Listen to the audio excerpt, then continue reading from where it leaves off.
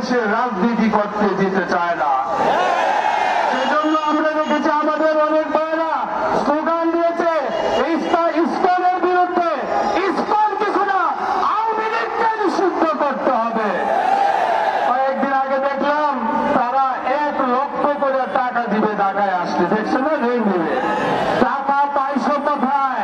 তোমার বাবের টাকা, যেই টাকা চুরি করেছ জনগণের টাকা, সেই টাকার নোট দিতে জনগণকে বিভ্রান্ত করার চেষ্টা করা হয়েছে। সুতরাং হেফাজতে ইসলাম সবসময় শান্তিপূর্ণ আন্দোলনে বিশ্বাসী। আমাদের নেতারা 2 থেকে 3 বছর জেল কেটেছে, আমরা আন্দোলন করেছি, কারো গায়ে হাত তুলে নাই। সুতরাং আমরাও চাই আমাদের আন্দোলন থাকবে নিয়মতান্ত্রিক আন্দোলন, ইসকনের বিরুদ্ধে হোক, আওয়ামী লীগের বিরুদ্ধে হোক, ফ্যাসিস্টের বিরুদ্ধে হোক। আমরা মনে করি জনগণ তাদের ন্যায্য দাবি নিয়মতান্ত্রিক উপায়ে আমাদের প্রশাসনের কাছে আমরা পেশ করতে চাই। পরিশেষে একটা কথা বলি, তোমরা মনে করবে না আগস্ট বিপ্লবের নায়করা ঘরে ফিরে গিয়েছে। আগস্ট বিপ্লবের নায়করা মাঠে ছিল, এই সরকারের পাশে থাকবে। নতুন সরকার প্রতিষ্ঠিত হওয়ার আগ পর্যন্ত আমরা আপনাদের পাশে আছি, ছিলাম এবং থাকবো। আমরা 5 আগস্টের পরে দেখেছি আমাদের দেশের এবং জনগণের বিরুদ্ধে বিভিন্ন ধরনের ষড়যন্ত্র এবং চক্রান্ত শুরু হয়েছে। সেই ষড়যন্ত্র এবং চক্রান্তের প্রেক্ষিতে চিটাগাংয়ে শহীদ আরিফকে শহীদ বরণ করা হয়েছে এবং আমরা দেখতে পাচ্ছি বিগত পলাতক প্রধানমন্ত্রীর বিবৃতি এবং একদিক থেকে চিন্ময় প্রকাশের মুক্তি চাওয়া একই সূত্রে গাথা। আমরা মনে করি এর দায় প্রধানমন্ত্রী বিগত প্রধানমন্ত্রীকেই নিতে হবে। অতএব ইসকনের বিরুদ্ধে আমাদেরকে 2 বার আন্দোলন গড়ে তুলতে হবে। তবে আমাদের কথা পরিষ্কার, আমরা সাম্প্রদায়িক সম্প্রীতিতে বিশ্বাসী। যারা সাম্প্রদায়িক সম্প্রীতি নষ্ট করার অপচেষ্টা করবে, হেফাজতে ইসলাম তাদের বিপক্ষে অবস্থান গ্রহণ করবে। এই তৌহিদি জনতা আজ এই বিক্ষোভ সমাবেশের মাধ্যমে আমরা আমাদের হৃদয়ের ব্যথাটুকু জাতির সামনে, মানুষের বিবেকের সামনে উপস্থাপন করার জন্য এখানে সমবেত হয়েছি।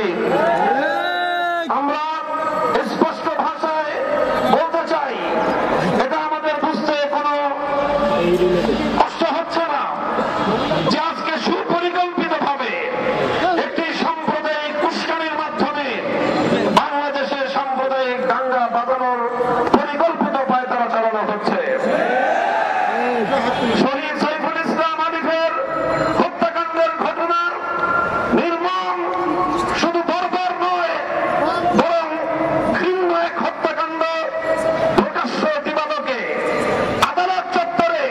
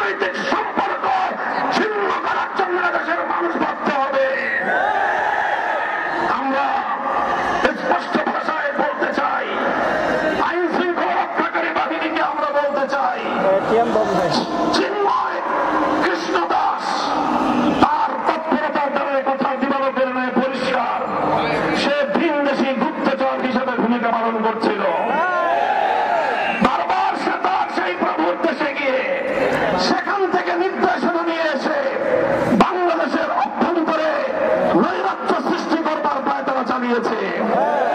দিনের পর দিন, মাসের পর মাস আশ্রয় থেকে ভারত এবং আওয়ামী লীগের যৌথ প্রযোজনায় ইসকন তৈরি করা হয়েছে।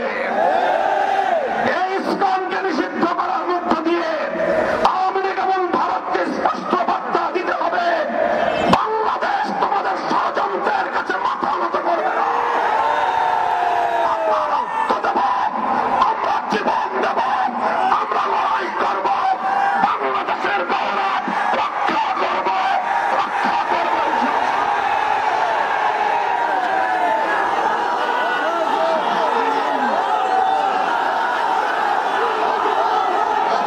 সাথী বন্ধুগণ, হেফাজতে ইসলামের